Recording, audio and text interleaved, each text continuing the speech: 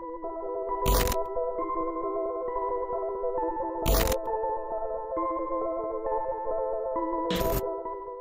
everyone, welcome back to the next cinema channel. Balik lagi bersama gue di segmen 5 film, dan kali ini gue ada film-film horor terbaru dari Indonesia. Film horor masih menduduki perfilman Indonesia, dan semakin kesini semakin banyak sinias Indonesia yang gemar membuat proyek di film horor. Selain memberikan kengeriannya sendiri buat para penontonnya, film-filmnya juga pasti bakalan menampilkan aktor dan aktris terkenalnya Indonesia. Nah, buat kalian yang suka nonton film-film horor, apalagi garapan Indonesia yang memang terkenal sangat seram dan gak nanggung-nanggung buat penontonnya jadi ketakutan. Oke, langsung aja seperti biasa buat kalian yang baru datang ke channel ini atau juga yang belum subscribe, langsung aja pencet tombol merahnya dan sekalian aktifin notifikasinya biar kalian update terus video-video selanjutnya dari gua. Oke, langsung aja mari kita mulai list filmnya. Film pertama dibuka dengan film horor Indonesia yang baru tayang di bioskop era new normal kemarin. Film ini berjudul Bangkitnya Mayit The Dark Soul. Bangkitnya Mayit The Dark Soul menceritakan tentang di sebuah dusun yang diteror oleh iblis bernama Nyai Dananwati. Akibat dari pasangan suami istri yang bernama Koswara dan Sumi yang merupakan warga dusun tersebut yang melakukan pesugihan di Ringan Lawang. Mereka mempunyai anak bernama Imas yang merupakan anak dari hasil pesugihan tersebut. Akibat teror yang sering berlangsung menimbulkan banyak korban yang berjatuhan dan memaksa Dindin yang merupakan kepala dusun bersama-sama dengan Ujang, Gugun, dan Erlin berusaha untuk menghilangkan teror yang ada di desa itu. Film horor yang lokasinya di hutan dan dusun ini terlihat membuat telinga sakit ketika harus merasakan suara teriakan bahkan dialog dari para pemain sekalipun. Buat kalian yang kurang nyaman dengan teriakan, gua saranin jangan coba-coba untuk menonton film yang dibintangi oleh Zaki Zima dan Teuku Rizky Wikana ini. Cerita dari film ini sendiri terbilang sangat lama di awal dan itu bisa menimbulkan boring buat para penontonnya. Mungkin sedikit terbantu dari departemen aktingnya yang memang udah lihai improve sana sini, terutama Teuku sendiri. Overall film ini fan-fan aja, apalagi kalian yang memang suka dengan teriakan-teriakan, jadi nonton aja filmnya. Film Bangkitnya Mayit The Dark Soul ini disutradarai oleh Brahma Yuda Prawira dan dibintangi oleh Jennifer Rachel, Zaki Zima, Teuku Rizky Wikana, Fania Valencia, Alda Agustin, dan masih banyak yang lainnya. Film ini yang perdana pada 14 Januari 2021 dengan director remaja. Film kedua ini merupakan film horor milenial dan cukup terbilang film horor gaya baru. Film ini berjudul Jangan Sendirian.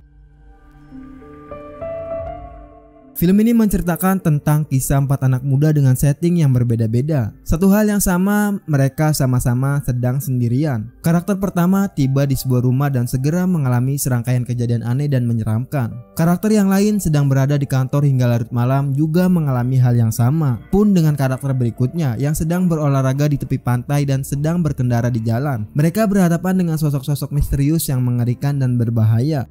Film ini mungkin meminimalisir dari unsur drama para pemainnya, penuh dengan aksi horor yang segar dan alurnya nggak mudah terbaca oleh para penontonnya. Tentunya akan membawa konsep yang menarik dengan hiburan berkelas. Banyak orang lebih sering menyebut film ini sebagai setan milenial. Dalam hal ini setan milenial bisa datang dari mana aja. Berkaca pada film-film horor yang sukses menarik minat para penontonnya dan pada umumnya menampilkan protagonis yang menarik simpati penonton. Hal itu dibangun dari jalinan kisah yang dialami karakter tersebut sepanjang film. Namun karena Jangan Sendirian lebih mengedepankan sensasi teror ketimbang membangun cerita, agak sulit bagi penonton untuk dapat berempati pada hal-hal yang dialami para tokohnya. Film minim dialog ini menjadi semacam dokumentasi kejadian yang dialami oleh para karakternya tanpa memahami latar belakang dan konteks masalahnya. Penonton secara intens disuguhi teror dari makhluk-makhluk halus yang entah datang dari mana dan untuk apa.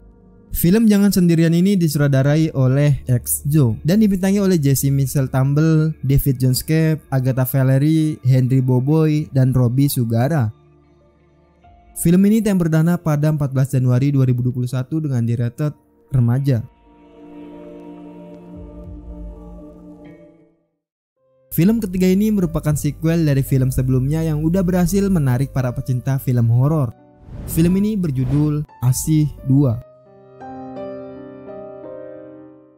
Film ini menceritakan tentang Dr. Sylvia yang menerima teror dari sesosok roh jahat setelah dia mengadopsi anak perempuan bernama Anna. Dr. Sylvia menerima laporan soal peristiwa kecelakaan yang menimpa anak berusia 6 tahun. Saat itu Anna ditabrak seorang pengendara mobil saat sedang melarikan diri dari hutan. Meski tidak mengalami luka serius, Sylvia dapat melihat ketakutan dan trauma mendalam yang dirasakan oleh Anna. Rasa iba Sylvia kian memuncak setelah dia mengetahui Anna tidak memiliki orang tua atau sanak saudara. Dia pun meminta izin pada sang suami yaitu Razan untuk merawat Anna di rumah mereka selama beberapa bulan ke depan.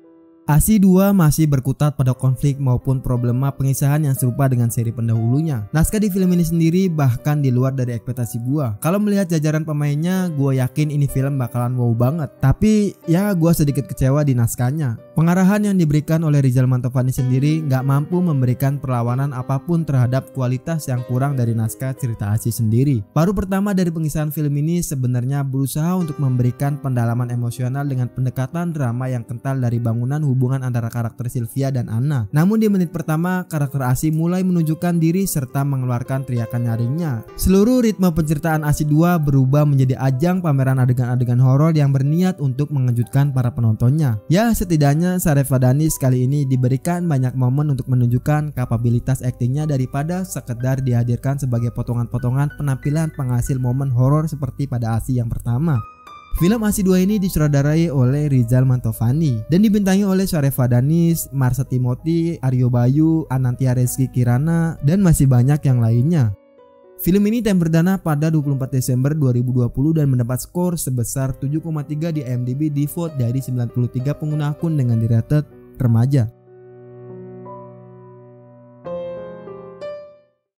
Film keempat ini akan diisi dengan film horor komedi yang bakalan membuat penontonnya merinding dan juga tertawa terbahak-bahak.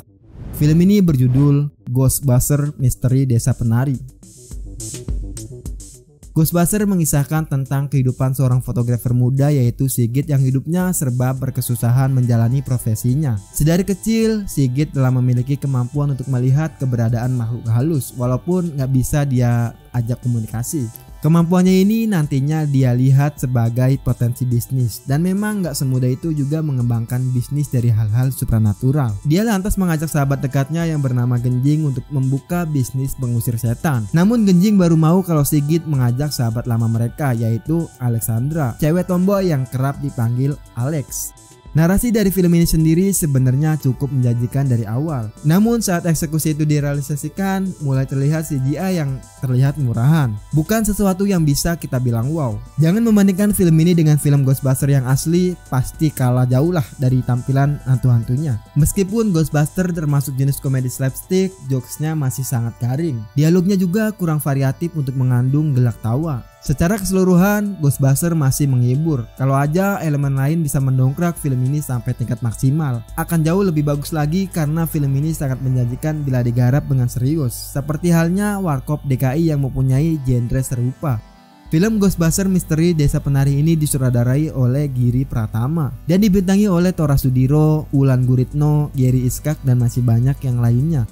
Film ini tayang perdana pada 9 April 2021 dan mendapat skor sebesar 3,7 di IMDb di vote dari 7 pengguna akun dengan di-rated remaja.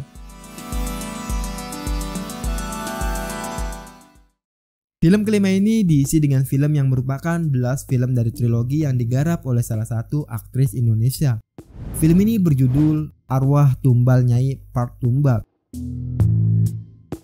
Jika dalam film sebelumnya cerita berfokus pada penari jaipong bernama Sukriani, kali ini kisah yang diangkat adalah seputar kehidupan dari Dewi. Dewi merupakan seorang wanita yang selalu menjalani hari dalam bayang-bayang ketakutan. Sejak masih remaja, Dewi menyadari jika pria yang dicintainya selalu akan tertimpa kesialan hingga akhirnya meregang nyawa. Suatu hari, kesedihan Dewi mulai terobati seiring dengan perkenalannya dengan Dimas. Namun lagi-lagi dia harus menghadapi kenyataan pahit setelah Dimas meninggal dunia akibat kecelakaan yang sangat tragis. Sesosok makhluk tak kasat mata ternyata mulai membuntuti Dimas saat dia datang menemui Dewi.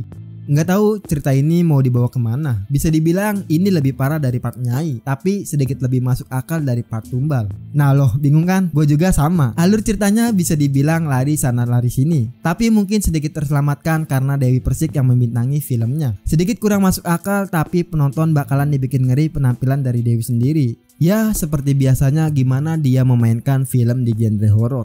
Film Arwah Tumbal Nyai Part Tumbal ini disutradarai oleh Ari Ajis dan dibintangi oleh Dewi Persik, Evan Sanders, Yama Careless, Zaskia Gotik, Ayu Ting Ting, Angga Wijaya dan masih banyak yang lainnya. Film ini tayang perdana pada 3 Desember 2020 dan mendapat skor sebesar 7,0 di IMDb di vote dari 5 pengguna akun dengan di-rated dewasa.